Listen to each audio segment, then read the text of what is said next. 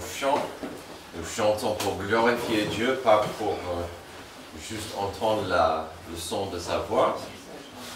Donc, j'espère que Dieu aime bien d'écouter nos cœurs qui s'ouvrent à lui. Alors, aujourd'hui, on va continuer notre série, mais avec un peu de modification. Notre série en Amos qui s'appelle Simple. Donc, on est verset par verset, on est dans le livre d'Amos depuis un petit moment. Mais aujourd'hui, on va voir ce que Amos pourrait dire aux mamans, aux femmes. Donc, Amos est la fête des mères. Donc, c'est pourquoi on a ce point d'interrogation. Alors, si vous faites partie de cette église depuis un moment, ça ne serait pas un secret ou un mystère d'entendre qu'il y a une méthode de prédication que je préfère. Ça s'appelle la prédication expositoire. C'est un grand nom, c'est pas un gros mot, mais un grand mot qui... Ça veut dire que ma préférence, c'est de commencer un livre ou des passages liés et d'en prêcher dès le début jusqu'à la fin. C'est pourquoi souvent nous cheminons dans les livres, des épîtres, parfois une série qui couvrira un sujet qui se trouve en plusieurs chapitres. Donc souvent on va au début et on termine à la fin d'une longue, un livre. Traditionnellement, il y a trois façons de prêcher, trois méthodes. Il y a expositoire, textuel ou par topic. Je peux prêcher sur une topic spécifique. Certes, on l'a fait pendant plusieurs mois. Pendant Covid, j'ai introduit ce qui infecte vraiment le monde. Et donc, on a regardé la notion de l'infection spirituelle qui touche notre monde. Voilà, et donc on peut faire des choses par topic. Parfois, je vois la nécessité de prêcher un certain texte, mais ma préférence, c'est de prêcher dans une façon expositoire. C'est pourquoi, par exemple, on est en train de cheminer verset par verset en Amos. Mais parfois, je vois l'importance ou même la nécessité ou l'intérêt de prêcher sur une topic. Par exemple, la fête des mères. Alors, j'espère que vous êtes au courant qu'aujourd'hui, c'est la fête des mères. C'est cadeau. Hein? C'est trop tard, en fait, si vous venez d'apprendre. Mais puisque souvent, un tel jour tombe pendant une série que nous faisons déjà, ce n'est pas chaque année que je m'arrête pour la fête des mères ou pour la fête des pères pour ma prédication. Donc je me demandais, est-ce que je continue en Amos pour la fête des mères ou est-ce que je fais quelque chose plutôt lié, ciblé aux mamans? Et puis j'ai constaté le prochain oracle d'Amos. Au début du chapitre 4, c'est le prochain passage. Cela m'a forcé de ralentir et d'y réfléchir. Et est-ce que j'allais oser prêcher ça pour la fête des mères? Quand j'ai compris la profondeur, certains de vous trichent maintenant, vous êtes curieux, quand j'ai compris la profondeur du jugement qu'Amos prononçait, et surtout à qui il proclamait, je me demandais si je ne devais pas en faire une prédication pour la fête des mères. Est-ce que je vais oser? Oui, je vais oser. Alors déjà, si j'allais prêcher sur ce petit passage, il y a des difficultés, car c'est en effet un petit passage. Il ne s'agit que de versets. Après ça, Amos change de cap, il va tourner vers d'autres auditeurs, d'autres gens avec un nouvel message, avec d'autres messages. Mais que pouvais-je faire avec ce message riche mais tellement court? D'après tout, on a vu à plusieurs reprises qu'un thème fort en Amos, c'est de voir ce qui déplaît à Dieu, ce qui méritera sa justice et son jugement. Ou si vous voulez, ce qu'il ne faut pas faire. Et donc aujourd'hui, j'aimerais faire quelque chose que je fais rarement. Je vais comparer deux passages. On verra quand même Amos 4, 1 et 2, mais on va comparer ça à un autre passage. L'un, au Deutéronome 9, nous montrera la voie de Dieu, son chemin, son désir, sa volonté, surtout pour des parents. L'autre, en Amos 4, sera pour des parents aussi. On verra même qu'il s'agira d'un message aux femmes, même si c'est aux parents. Notre deuxième passage, celui en Amos, nous montrera clairement des chemins dangereux que des parents peuvent prendre bien trop facilement. Donc, s'il vous plaît, trouvez dans vos Bibles Deutéronome 9 et Amos 4. Sinon, nos versets seront ici sur l'écran. On va comparer comment l'homme ou la femme doit bâtir sa vie et bien sûr comment l'homme ne devrait pas bâtir sa vie. Alors, si le mot « bâtir » est clé, aujourd'hui nous allons voir la notion et l'importance des fondations. Donc, on va vraiment voir ce que pourrait être la fondation de sa vie. La fondation de sa vie comme si notre vie c'est une maison. On verra que dans ces deux camps, dans la fondation, dans ces deux foyers, comme fondation pour la vie, on va considérer que ça soit l'amour. L'amour, c'est la fondation de ces deux foyers. On aura ces deux camps avec l'amour comme fondation. Mais l'amour pourquoi? L'amour de quoi? Ce qu'on aime et ce qui on aime fera la fondation de nos familles, de nos foyers, de nos vies et parfois de notre vision. Qu'est-ce que j'aime? Ce que j'aime, ça va quand même m'orienter vers ce que je vais bâtir. Alors, je vous ai averti, on aura une comparaison. La parole de Dieu a comme responsabilité lourde de nous enseigner comment identifier la volonté de Dieu afin de pouvoir bien choisir. Heureusement, on a la parole pour nous aider, pour nous guider, de savoir que choisir. Pas juste pour plaire à Dieu, mais pour éviter des dangers qui viennent automatiquement dans nos vies.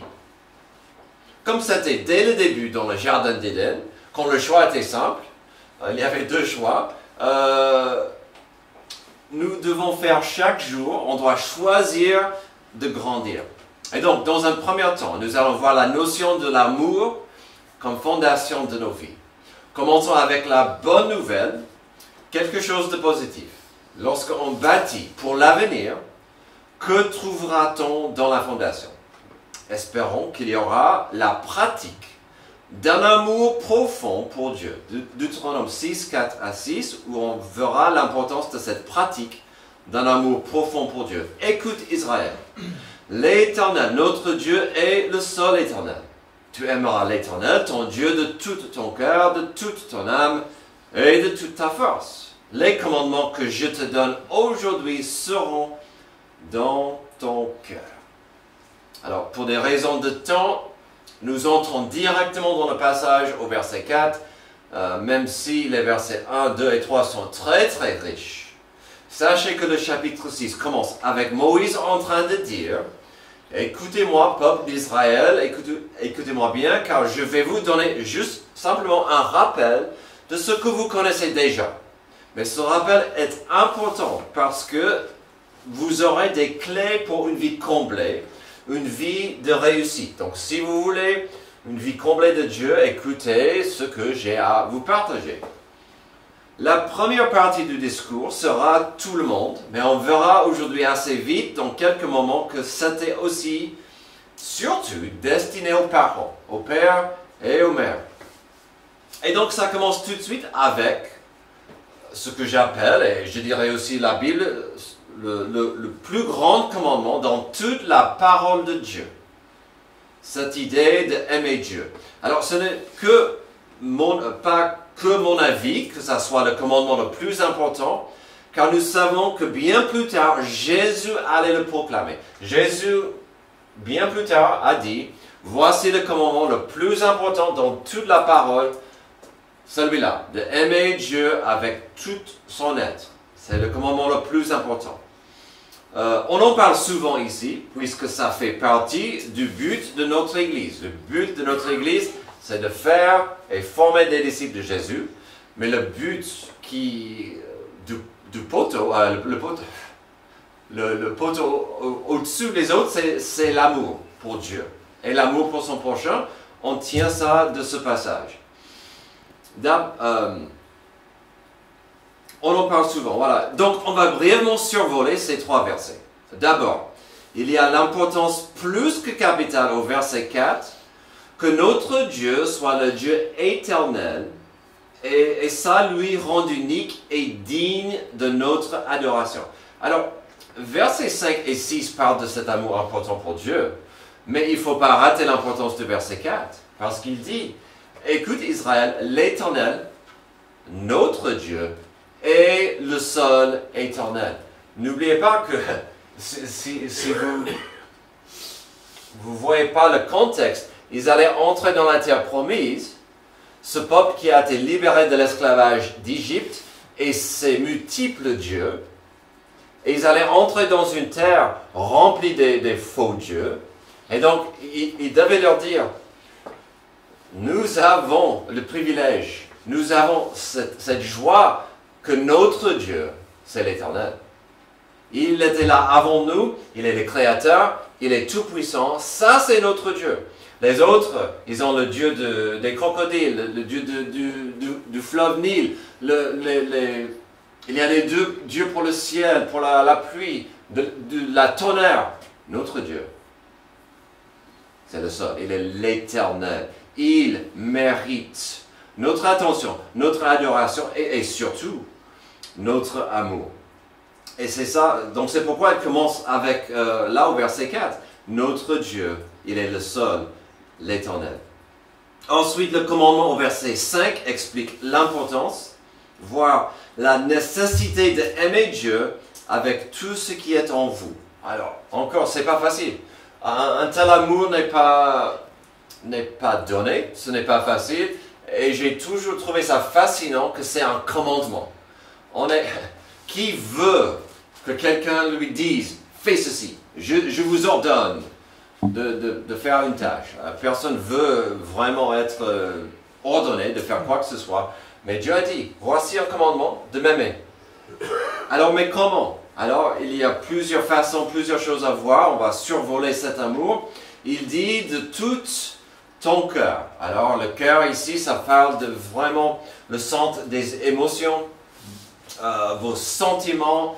On n'a pas toujours le désir de faire certaines choses. On n'a pas toujours le désir d'aimer Dieu ou aimer notre prochain. On parlait tout à l'heure du service. On n'a pas toujours la volonté. Il dit, il faut aimer Dieu avec votre cœur. Ça, c'est une des raisons pour laquelle on chante ensemble pour la gloire de Dieu. C'est une façon de montrer notre amour pour Dieu. Si vous aimez quelqu'un, vous allez communiquer avec la personne.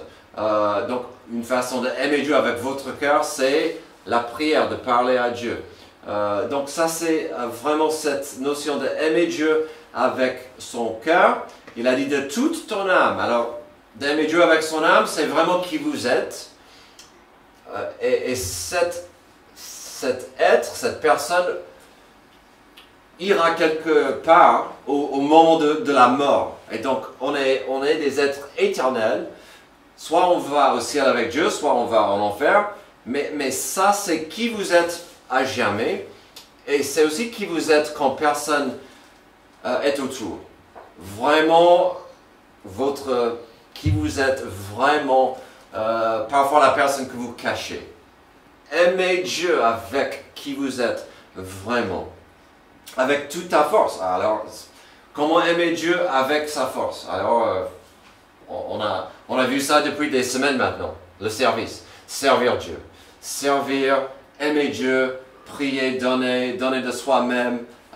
Vous comprenez cette notion d'aimer Dieu avec, finalement, votre corps. Votre service, d'aimer Dieu avec votre force, implique un amour qui est évident aux gens que vous aimez Dieu. Donc ça implique aussi que vous soyez là le dimanche matin, que vous venez aux réunions. Il y a plusieurs façons d'aimer Dieu avec votre force. Mais voici quelques exemples. On voit cette importance qui était donnée au peuple. Voici l'importance d'une fondation de votre vie, votre foyer. Une vie qui a un amour profond pour Dieu comme fondation. Mais maintenant, on doit pivoter vers Amos 4 pour voir un amour. Il y avait une fondation d'amour, mais c'était un amour perverti et tordu. C'était un amour, certes, mais pas pour le Dieu, pas pour l'Éternel. Découvrons cet amour. La pratique d'un amour pernicieux pour les dieux de ce monde. Amos 4:1. Écoutez cette parole, vache du bassin qui êtes sur la montagne de Samarie. Vous qui opprimez les faibles, qui écrasez les pauvres, et qui dites à vos maris, apportez à boire et buvons. Alors, on a pu voter à Amos pour voir le côté négatif, pour voir la pratique d'un amour pour les faux dieux, les dieux de ce monde. On a beau commencer avec un amour profond pour Dieu, ici nous avons malheureusement un amour pernicieux pour des dieux de ce monde. Alors, encore, je vous donne un petit rappel de ce qu'un mot veut dire. Pernicieux veut dire qui est dangereux pour la santé, nocif ou ce qui est moralement mauvais ou nuisible. On a ici un amour, la pratique d'un amour pernicieux. C'est pas bon pour la santé ce qu'on voit. Voilà donc, on a ici en Amos 4 un amour pour des dieux de ce monde. Un amour nocif et dangereux. Alors, il y a deux questions qui s'imposent. D'abord, à qui s'adresse-t-il notre cher prophète Amos? Et de quel Dieu, ces dieux entre guillemets, est-ce que je parle? Certes, Amos a condamné les vaches de bassin, et certains ici vont dire dans quelques instants que je suis fou, le jour de la fête des mères, de m'attaquer à ce passage. Peut-être. Car ces vaches en question étaient des femmes riches, des femmes puissantes dans le territoire du bassin. Ah oui, je ose. Il dit. Alors, en fait, c'était un jeu de mots, ce que Amos faisait ici. C'était osé, mais c'est ce qu'on voit ici. C'était un jeu de mots assez coupant. La région était connue pour ses riches pâturages, où les vaches devenaient grasses et rentables pour leurs propriétaires. Et donc, apparemment, dans cette région, les propriétaires, c'était des femmes riches qui tenaient ces ranchs. Les propriétaires de ces ranchs étaient plutôt des femmes. Donc, encore, nous trouvons des riches, et donc on voit un thème que nous avons vu tout au long de Amos. On voit des riches qui ont marché sur le dos des pauvres, et sur le dos des faibles pour bâtir leur petit royaume. Amos en est clair, vous avez marché, vous avez détruit, vous avez vraiment écrasé le pauvre et le faible pour arriver au sommet de votre richesse. Bravo, vous êtes riche, vous êtes puissante, mais vous êtes fiers de ça? Comment vous en arrivez là? Encore, je vais me répéter que la richesse et l'argent ne sont pas mauvais en soi. La richesse n'est pas mauvaise. Mais, que faisaient-elles, ces femmes, avec leur argent? Et pourquoi j'ai dit que ces femmes suivaient des dieux de ce monde? Ici, nous voyons l'expression flagrante d'un amour pour ce que j'appelle les 3 P. Les 3 P qui font tourner le monde. Le plaisir, le pognon, et le pouvoir. La dernière moitié du verset 1, c'est un exemple classique de quelqu'un qui suit ces 3 faux dieux. Plaisir, pognon et pouvoir. Avec leur pouvoir, elles ont marché et bâti leur fondation, leur royaume sur des pauvres. Ensuite, elles profitent trop du pognon et du plaisir, car est-ce qu'il y a une phrase plus flagrante qui montre cela qu'à la fin du verset 1? Faisons la fête, apportez à boire et buvons. On voit vraiment cette attitude des gens qui n'ont rien à faire que de faire la fête. Mais vous savez quoi? Jésus-Christ lui-même avait un avis très puissant sur ce sujet. Il se trouve au Luc 12, 16 à 21. Il leur dit cette parabole. Les terres d'un homme riche avaient beaucoup rapporté. Il raisonnait en lui-même, disant, « Que vais-je faire? En effet, je n'ai pas de place pour rentrer ma récolte. » Oh, le pauvre. Voici ce que je vais faire, se dit-il. J'abattrai mes greniers, j'en construirai des plus grands. J'y amasserai toute ma récolte et tous mes biens. Et je dirai à mon âme, tu as beaucoup de biens en réserve pour de nombreuses années. Repose-toi, mange, bois et réjouis-toi. Mais Dieu lui dit, homme dépourvu de bon sens, cette nuit même ton âme te sera redemandée, et ce que tu as préparé, pour que cela sera-t-il?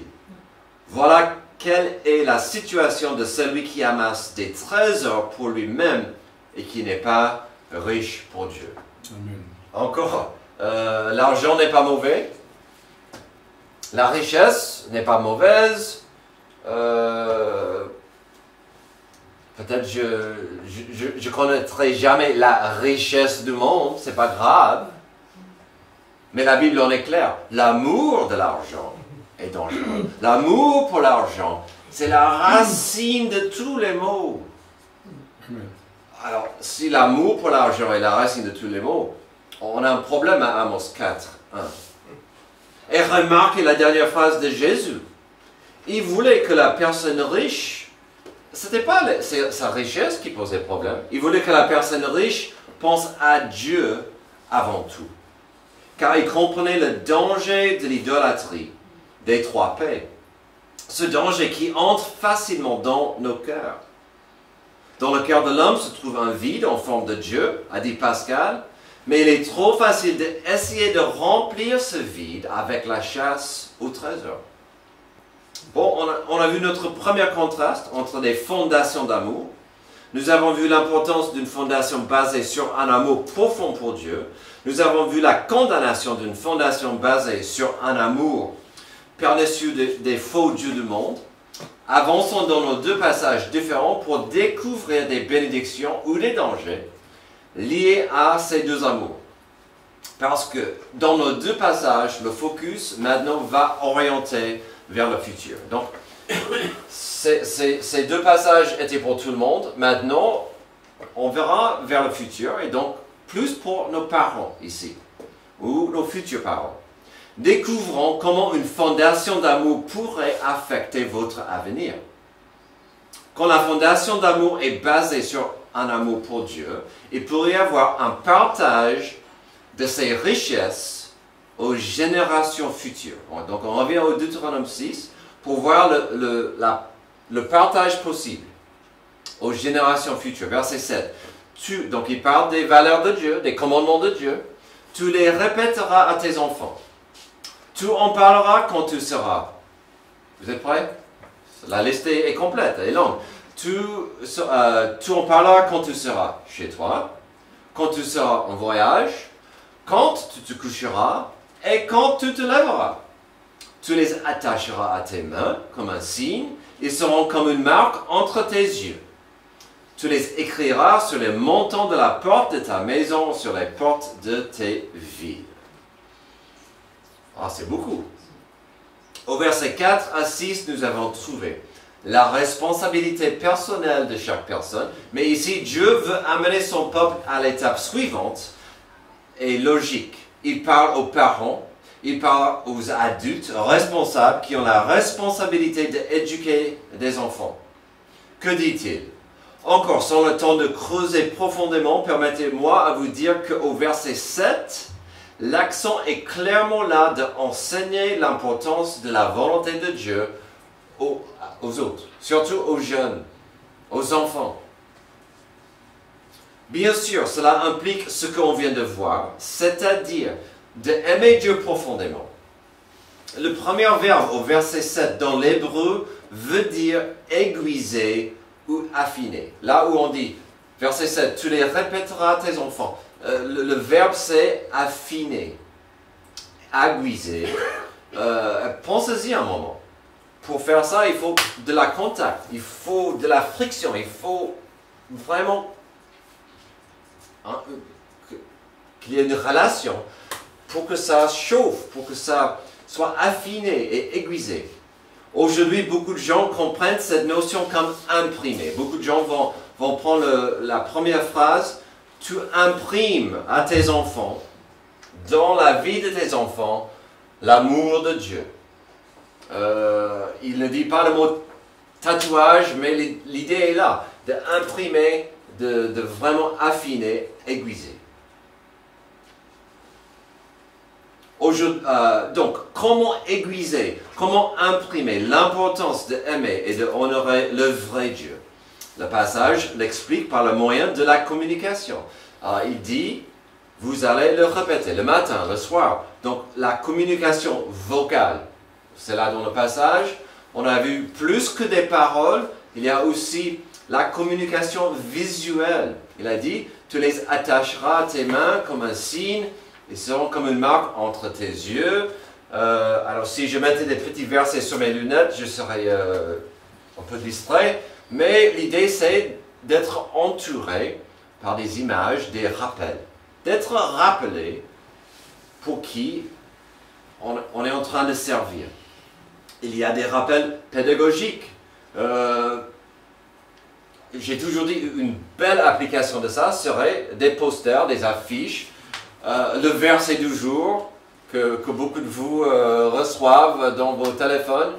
Il y a plein de façons de rappeler à nos enfants l'importance d'aimer et de suivre Dieu. Alors c'est ici où je dois dire que si ce n'est pas authentique dans le cœur des parents, il serait difficile de voir des résultats durables chez l'enfant. Il faut vraiment aimer Dieu pour dire à ses enfants, il faut que tu aimes Dieu aussi. Il y avait quelques années, quelqu'un m'a demandé si je ne voulais pas baptiser leur enfant. L'enfant avait un âge correct, et j'ai dit à la personne, j'ai rien contre l'idée, la notion de baptiser ton enfant. Mais ta présence ici à l'église est rare. Et donc j'aimerais voir que tu communiques mieux à ton enfant l'importance de cette vie que tu souhaites pour ton enfant. Malheureusement, ça n'a pas entré dans l'esprit de la personne. Je n'ai pas baptisé l'enfant et cette personne ne vient plus. Mais je ne voulais pas dire à l'enfant, on va te baptiser pour que tu suives mieux Jésus quand ce n'était pas sérieux à la maison. J'espère que ça parle à nous tous. On a tous cette responsabilité de montrer à nos enfants l'importance d'aimer Dieu. Et parfois on tombe, on échoue. Maintenant, on doit pivoter pour voir le contraste d'un peuple qui a rebellé contre Dieu et sa volonté. Découvrons la suite dans notre passage en Amos 4 pour voir des dangers de bâtir sur une fondation d'amour fragile et éphémère. Lorsque votre fondation d'amour est basée sur un amour pour les dieux de ce monde, il peut y avoir une perte de ces richesses aujourd'hui et dans l'avenir. Amos 4, 2. Le Seigneur, l'Éternel, l'a juré par sa sainteté, les jours viendront pour vous où l'on vous enlèvera avec des crocs et vos enfants avec des hameçons. Vous sortirez par les brèches, chacune devant soi, et vous serez jetés dans la forteresse, déclare l'Éternel. Alors, la semaine dernière, on a vu un passage assez violent et sanglant qui donnait des images brutales des brebis dévorées par des lions. Ici, on a encore des images très troublantes. Mais c'est pire, car de la part de Dieu, Amos proclame comment ces femmes seront punies à travers le peuple d'Assyrie. Cet ennemi redoutable allait venir violemment, il venait avec brutalité pour enlever ces femmes par des crochets. L'histoire nous dit que les Assyriens à cette époque parfois utilisaient des crochets brutalement pour enlever des esclaves. Il venait avec brutalité, avec ses crochets. Mais n'oublions pas que notre dernier point de notre outline parle des richesses éphémères que l'on perdra aujourd'hui et probablement demain. La partie la plus pénible pour moi au verset 2, c'est que ces femmes allaient perdre ce qui était vraiment précieux, ce qui n'avait pas de prix, c'est-à-dire leurs enfants. Le verset 2 m'attriste parce qu'il dit, oui, vous serez punis, mais vous allez traîner vos enfants avec vous dans le jugement. Elles ont basé leur vie sur la fondation de l'avarice, une chasse au trésor, et ça a fonctionné. Elles avaient une vie de rêve, on a vu ce vie de rêve. Ces femmes qui avaient des châteaux, une vie de luxe, elles faisaient la fête. Pas de problème dans le monde, sauf que c'était basé sur des trésors de ce monde, des trésors éphémères. Sauf que c'était basé sur une fondation faible, charnelle et franchement opposée à une vie qui plaisait à Dieu. Donc elles allaient récolter la justice de Dieu et entraîner leurs enfants avec elles sur le coup. Si sans cesse notre chemin en Amos a montré quelque chose, c'était ce qu'il ne fallait pas faire. Des attitudes, des actions qui gênaient et attristaient Dieu. Et ici, on voit encore la notion de nos témoignages, ou comme nous avons vu tout à l'heure, l'importance de l'héritage et l'éducation que nous laissons à nos enfants. Les vrais trésors qu'on peut laisser à nos enfants restent liés aux richesses que nous avons disponibles avec une relation de paix et d'amour avec Dieu. Vous voulez vraiment bénir vos enfants? Donne-leur à manger, payez vos factures, mais enseignez à vos enfants l'amour que vous avez pour Dieu. L'importance que Dieu a dans votre vie, c'est l'héritage le plus important que vous pouvez donner à vos enfants. Amen. Le verset 3 nous donne la fin lamentable et pitoyable de ces familles riches. Je dis riches entre guillemets. Ils adoraient les faux dieux du plaisir, du pouvoir et du pognon. Et à la fin, ces personnes seront tirées à travers les brèches du mur. La question s'impose. Y a-t-il un endroit où quelqu'un peut se cacher ou s'abriter de la justice de Dieu? Ces familles pensaient qu'ils étaient à l'abri de Dieu. Mais à la fin de la journée, il n'y avait aucun endroit pour s'y cacher. N'oublions jamais que même si on étudie l'époque de Amos, malgré des siècles qui ont passé depuis, il nous reste des applications claires et certaines aujourd'hui. Une vie qui chasse et suit après des faux dieux aura toujours des grandes faiblesses et des failles. Quelques années après la carrière de Amos, peut-être quand Amos était un homme vieux et à la retraite, un jeune prophète, Jérémie, avait ceci à dire de la part de Dieu. En effet, c'est un double mal que mon peuple a commis. Ils m'ont abandonné, moi qui suis une source d'eau vive, pour se creuser des citernes fissurées qui ne retiennent pas l'eau. Ça c'est en Jérémie 2, si ça vous intéresse de le voir. Pour moi, c'est un des passages le plus triste, mais aussi important de parler de l'idolâtrie. Parce que pour être idolâtre, il faut tourner le dos à Dieu et chercher l'intérêt, l'attention d'un Dieu, un faux Dieu, qui ne peut pas vous combler. Et Jérémie en avait le cœur brisé, et Dieu aussi. Parce que Israël a tourné le dos pour chercher des faux dieux. Je sais que je cite Pascal souvent, je l'ai fait tout à l'heure. Mais n'avait-il pas raison de dire que dans le cœur de chaque homme se trouve un vide en forme de Dieu? Que ferons-nous avec ce vide? Avec quoi essayons-nous de le remplir? Aujourd'hui, nous avons trouvé deux contrastes, deux positions opposées. Dieu nous permettra à choisir comme on veut. Il nous donnera la liberté de déterminer la direction de nos vies. Mais heureusement, nos possibilités ne sont pas si nombreuses que ça. Le cœur de l'homme aura toujours envie de faire ce qu'il veut, tandis que Dieu sera toujours là pour dire « Je t'aime et ma volonté pour toi est merveilleuse. » Mais il faut m'écouter, il faut être humble, il faut me suivre. La simple vérité, c'est que l'amour qui se trouve dans le cœur va orienter la direction que l'on prend. Si vous retenez rien d'autre aujourd'hui, c'est ça. l'amour qui se trouve dans votre cœur va orienter la direction que vous prenez. Ça, c'est comment Dieu nous a créés. Dieu nous a créés avec, comme ça, notre amour nous oriente dans une direction.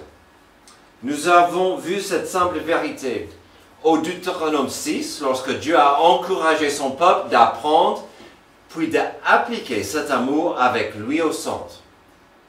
Nous avons vu cette simple vérité en Amos, avec ceux ou celles qui aimaient trop des valeurs éphémères, même maléfiques.